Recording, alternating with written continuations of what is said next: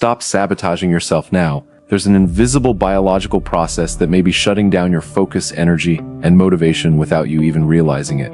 In this content, you'll discover how your brain might be hindering your success, and more importantly, how to reverse this to unleash your full potential and achieve extraordinary results. At this very second, as you read this, a part of your brain is literally shrinking. It's not a metaphor. It's not an exaggeration. It's anatomy. And the blame lies with the very thing you believe is saving you at the end of the day. You probably grew up hearing that comforting story that we only use 10% of our mental capacity, that the brain is like a battery that needs to be conserved, that lying on the couch, switching off your mind, and letting the hours pass is a legitimate form of rest, that you deserve this emptiness. This is the biggest, most seductive, and most dangerous lie that has ever been told about your biology. And believing in it is reprogramming you, cell by cell, to be a failure. I'll prove it to you. But first, you need to understand what's happening inside your head right now, at this very moment. There are two warring views on how the human mind works, and whichever one you choose will determine the rest of your life. The first is the classic view, the one that comforts you, the one that gives you permission.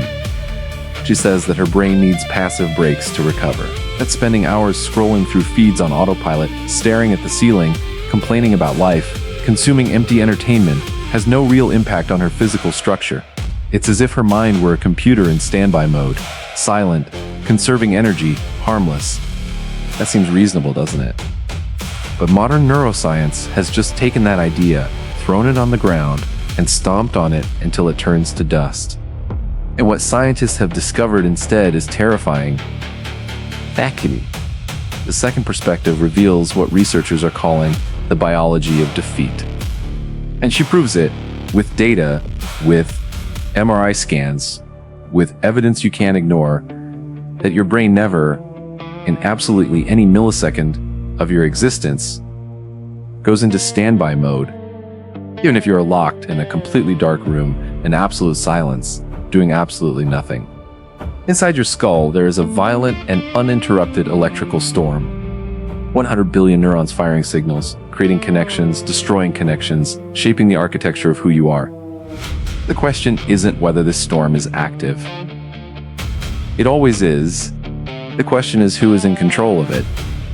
Because here's the brutal divergence that changes everything you know about yourself. If this electrical storm isn't being consciously directed by you towards something productive, it won't rest. It won't wait. It will begin to destroy your very foundation from within. There is no pause button in human biology. There's only growth or atrophy. When you go on autopilot, you think you're giving your mind a break. But your brain interprets the autopilot as a clear signal to discard it, a warning that those abilities are no longer necessary for their survival. The prefrontal area of your brain, the region responsible for deep focus, discipline, impulse control, and making tough decisions when everything inside you wants to give up, begins to lose gray matter density. It literally shrinks, like a muscle you've stopped using. But there's something even darker happening in the deeper layers of your mind, something most people will never discover in time. You're not just losing focus. Through your own choices, you are shaping a brain that becomes increasingly efficient at making you suffer. Pay close attention to this, because this is where your current life begins to make sense in a way that will unsettle you. The human brain is an absurdly efficient machine. Its only mission is to adapt to what you do most. It doesn't judge. It doesn't question. It simply optimizes what you practice. If the old theory were correct, your bad habits would be nothing but smoke, fleeting, without real consequence. But new science proves that their habits are like chisels sculpting marble. If you spend most of your time on autopilot, consuming digital junk, feeling sorry for yourself, avoiding discomfort, running away from challenges that could transform you, its electrical storm begins to strengthen, to pave, to expand the neural pathways of anxiety, procrastination, fear, and paralysis.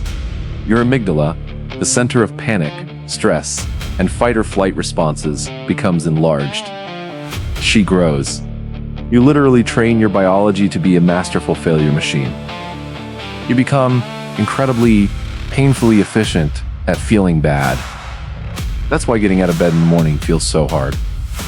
That's why starting anything seems impossible. That's why you know exactly what you need to do, and yet you don't do it. It's not a lack of mystical motivation. It's not laziness of character. It's not destiny. It's structural damage. You spent months, maybe years, building expressways in your brain for sadness, distraction, and surrender. And you let the roads of discipline, clarity, and action turn to dust and weeds. The divergence between the two views could not be clearer. Old school theory says passive rest helps you recover. Current neuroscience screams that passive rest slowly destroys you from the inside out while you think you're fine. Old school science says that your thoughts are invisible, intangible, without real weight. Current science proves, with images, that your thoughts change the physical anatomy of your brain in real time. And this brings us to what is blatantly obvious in front of you every day. Look at the society around you. Never in the history of mankind have we been so exhausted with so little real reason to be. We have never been so anxious, so scattered, so incapable of going 5 minutes without needing stimulation. The average human attention span today is shorter than that of a goldfish. This is not a joke, this is research data. And this is no coincidence. It's not evolution. It's not a phase. It's the direct, calculated, and intentional result of an entire culture that was designed to push you into permanent autopilot. The algorithms were built for this purpose. Entertainment was designed for that. Instant and intermittent rewards were engineered for this purpose. All of this exists to hijack your electrical storm, redirect your attention, weaken your frontal lobe, and keep you in a chronic state of managed distraction. Because a person lacking focus is the perfect consumer. He's the perfect voter. He's the perfect employee. This is someone who will never question, never create, never threaten the system that feeds on their mediocrity. But there is a way out, and it begins the moment you stop deceiving yourself and accept an uncomfortable truth about your identity. People who remain imprisoned will continue to believe that the brain is immutable, that the environment is to blame, that circumstances are the problem, and that one day things will change on their own. Those who are about to break free understand that they are the sole architects of their own storm.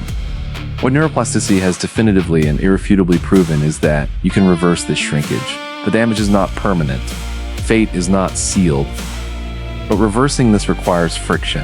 It requires real and repeated cognitive discomfort. Every time you force your brain to read something difficult to the end, even when everything inside you wants to stop. Every time you learn a new skill that makes you feel dumb at first. Every time you reject the automatic urge to pick up your phone and choose productive silence instead. You send a voltage shock directly to your frontal lobe. You force your brain to create new connections, to open new paths, to rebuild the infrastructure of competence. You stop being a passive victim of the biology of defeat. And he begins deliberately to forge the biology of domination. Look what we're going to learn in the next video. There's a flaw in this system of suffering, a blind spot that you can't see on your own. So subscribe, give it a like, send a message, and ask a question, because that way you'll start breaking down this barrier. Thank you and see you later.